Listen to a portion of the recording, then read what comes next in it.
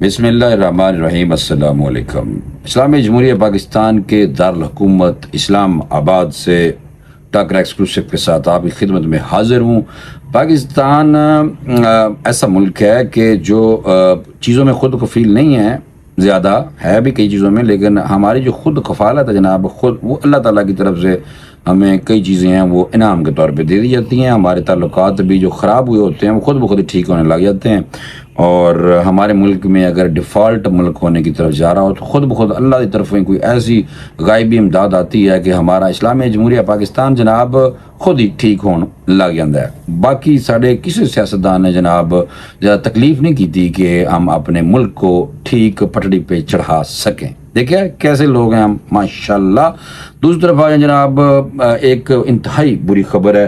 ہمارے ملک میں اکثر آپ کو پتہ ہے کہ ہم حالت جنگ میں رہتے ہیں زیادہ تر، کیونکہ سوویت یونین کے ٹائم سے لے کے آج تک ہمارے ملک میں قتل و غارت کی چیزیں جو ہوتی ہیں، جو ہم نے اس ٹائم پہ فیصلے کیے تھے، اور اس کا جو نقصان ہے وہ یہ ہے کہ وہ آگ جو ہے وہ افغانستان کے راستے ہمارے ملک میں بھی داخل ہوئی ہے، اور آئے دن کوئی نہ کوئی دھماکہ ہو جاتا ہے، اور کوئی نہ کوئی بڑا بندہ یعنی کہ بڑے ویل نون قسم کے لوگ جو ہیں وہ شہید ہو جاتے ہیں۔ ویسے ہماری فورسز جو ہیں وہ تو شہادتیں اکثر ہی دیتی رہتی ہیں۔ دیکھیں یہ ملک کے لیے ہمارے لوگ بھی اور ہماری فورسز بھی جناب شہادتیں دیندے ہی رہتے ہیں۔ بس یہ اسی وجہ سے میں آپ کو کہتا ہوں کہ اللہ کی طرف سے کئی چیزیں ہیں جو ہمارے ملک کے لیے جناب فوری طور پہ ہو جاتی ہیں۔ باجوڑ میں دھماکہ ہوا ہے اور سابق سینیٹر سمیت 3 افراد ہلاک شہید ہو گئے ہیں جناب، اور یہ ہوا کہاں پہ ہے، کیسے ہوا ہے، یہ آپ کو ساری تفصیل بتانی ہے۔ اور دوسرا یہ بتانا ہے کہ عمران خان کی پارٹی جو ہے تحریک انصاف، اس کے درمیان جناب لوگوں کے درمیان آپس میں بڑے اختلافات ہیں، بڑے اختلافات بڑھ گئے ہیں، اور ان کی وجہ سے، ان اختلافات کی وجہ سے جڑے گروپ بن گئے ہیں، انہاں جو دو گنوں عمران خان نے کہا کہ آگ مینوں ملو جیل دے اندر، جناب یہ میسج پہنچا دیا گیا۔ اور تیسرا آپ کو بتانا تھا کہ عمران خان کے خلاف جناب بغاوت کا مقدمہ دستاویزات جو ہیں وہ پنجاب گورنمنٹ کی طرف سے سامنے لائی گئی ہیں۔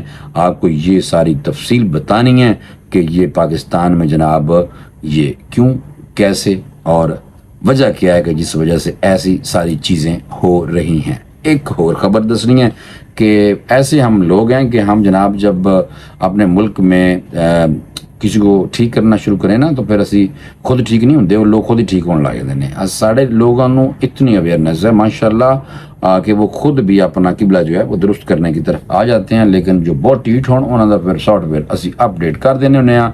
ابھی آج جناب ایک اور مسئلہ ہے، یہ جو ہم نے ٹیکس کلیکشن ہے، کیونکہ ہمارے ملک میں آج کل بڑی سخت قسم کی حکومت ہے جو لوگوں پہ بوجھ ڈالی جا رہی ہے مہنگائی کی شکل میں، مجھے بالکل نہیں پسند آ رہی۔ تو اس کی وجہ سے جناب نان فائلر کی سمیں جو ہیں وہ بلاک کرنے کا سلسلہ انہوں نے جاری رکھا ہوا ہے، اور اب تک کتنے لاکھ لوگوں دیا سماں جڑیاں انہوں نے کیتیاں نے بند۔ یہ میں آپ کو ساری تفصیلات بتاؤں گا آج کے اس ویلاگ میں، اور آپ کا فرض عین بنتا ہے کہ فوری طور پہ ٹاکرا ایکسکلوسیو کو سبسکرائب کر لیں۔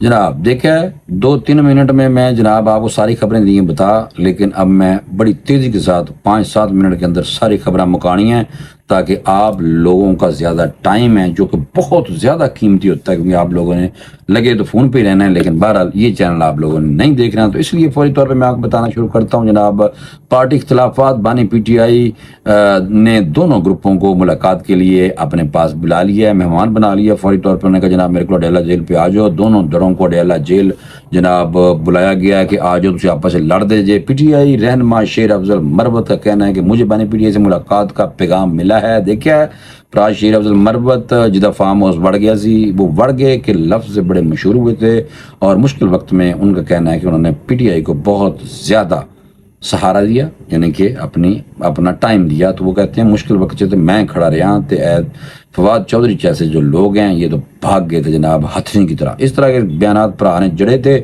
تو انہوں نے کہا جی ملک سے باہر ہوں, واپس آ کر ملاقات کروں گا. نخرے بھی نال پر کر رہے ہیں. انہوں نے کہا مجھے پیغام ملا عمران خان صاحب کا کہ فوری طور پہ آ کے مجھے جیل میں ملو, لیکن میں اجے اتنے ہاں, میں پھر بعد میں جب پاکستان میں آؤں گا تو آ کے مل لوں گا.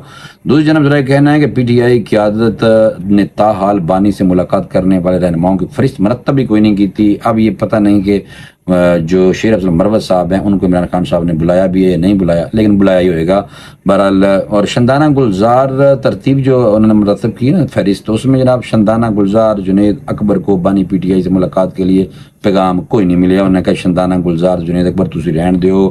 بانی P T I chairman barrister گور کا کہنا ہے کہ بانی چیئرمین پی ٹی آئی یعنی کہ بیرسٹر گور کا کہنا ہے کہ بانی سے ملاقات کے لیے فہرست جب فائنل ہوگی تو آگاہ کر دیں گے. عمر ایوب, شبلی فراز, رؤف حسن معمول کی ملاقات کا حصہ ہوں گے. خیال رکھے تحریک انصاف کے 2 دڑوں میں تقسیم کی خبریں سامنے آئی ہیں جس کا بانی پی ٹی آئی بھی اعتراف کر لیا. انہوں نے اندر بیگ جیل چے اور وہ پریشان ہیں. اور ڈیالہ جنرل صحافیوں سے گفتگو کرتے ہوئے جناب پی ٹی آئی انہوں نے بتایا کہ دونوں گروپ ان لوگوں کو بات چیت کے لیے میں جیل سے بلا رہا ہوں کہ آگے میں ملو. جن 2 گروپ کا ذکر کیا وہ کون سے ہیں؟ بانی پی ٹی آئی نے جواب دیا گروپوں میں بات کرنے کے بعد صورتحال سے آگاہ کریں گے.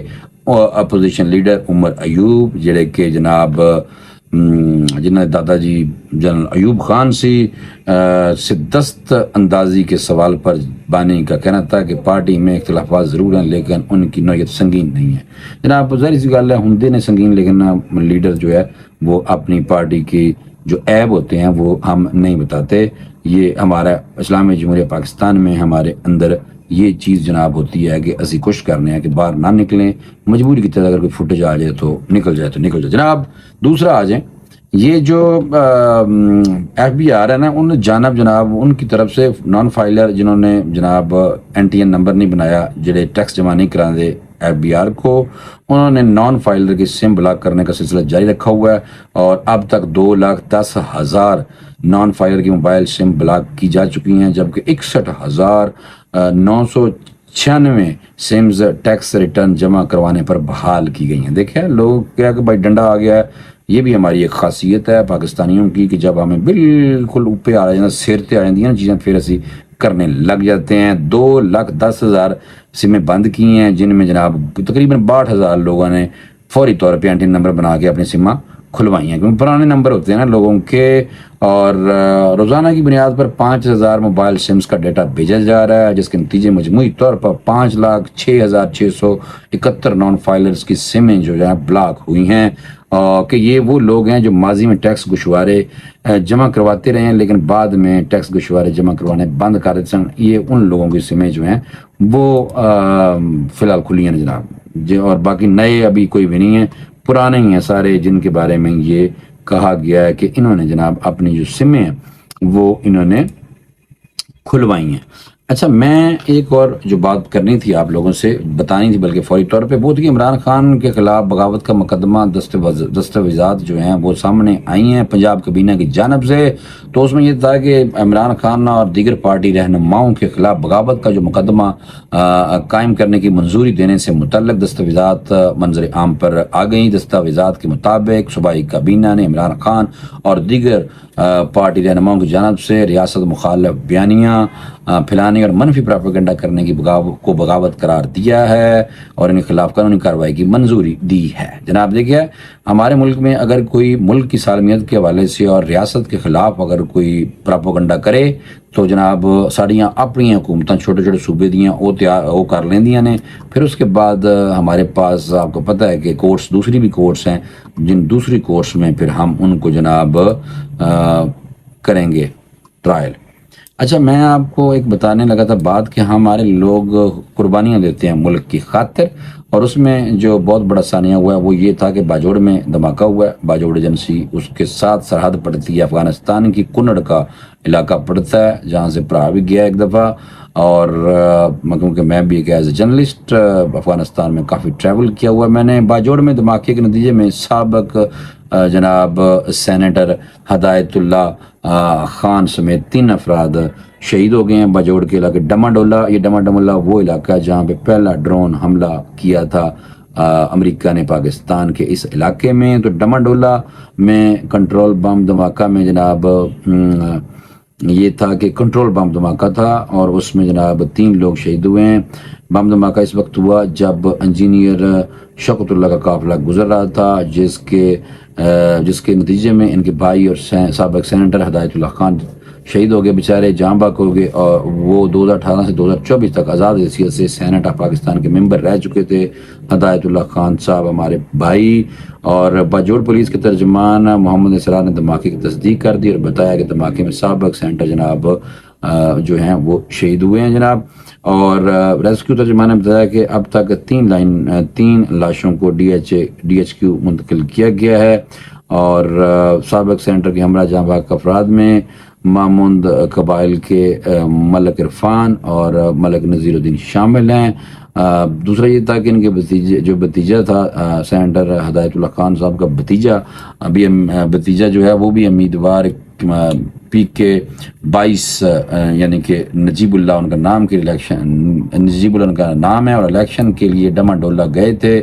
ہدایت اللہ خان سابق جناب گورنر انجینئر شوکت اللہ اور سابق رکن اسمبلی بسم اللہ خان کے صاحبزادے تھے. بہت افسوسناک یہ خبر ہے جو کہ ہمارے پاکستان کے علاقے باجوڑ کا ایک علاقہ ہے جہاں پہ امریکہ نے پہلا ڈرون حملہ کیا تھا ڈماڈولا وہاں سے آئی ہے.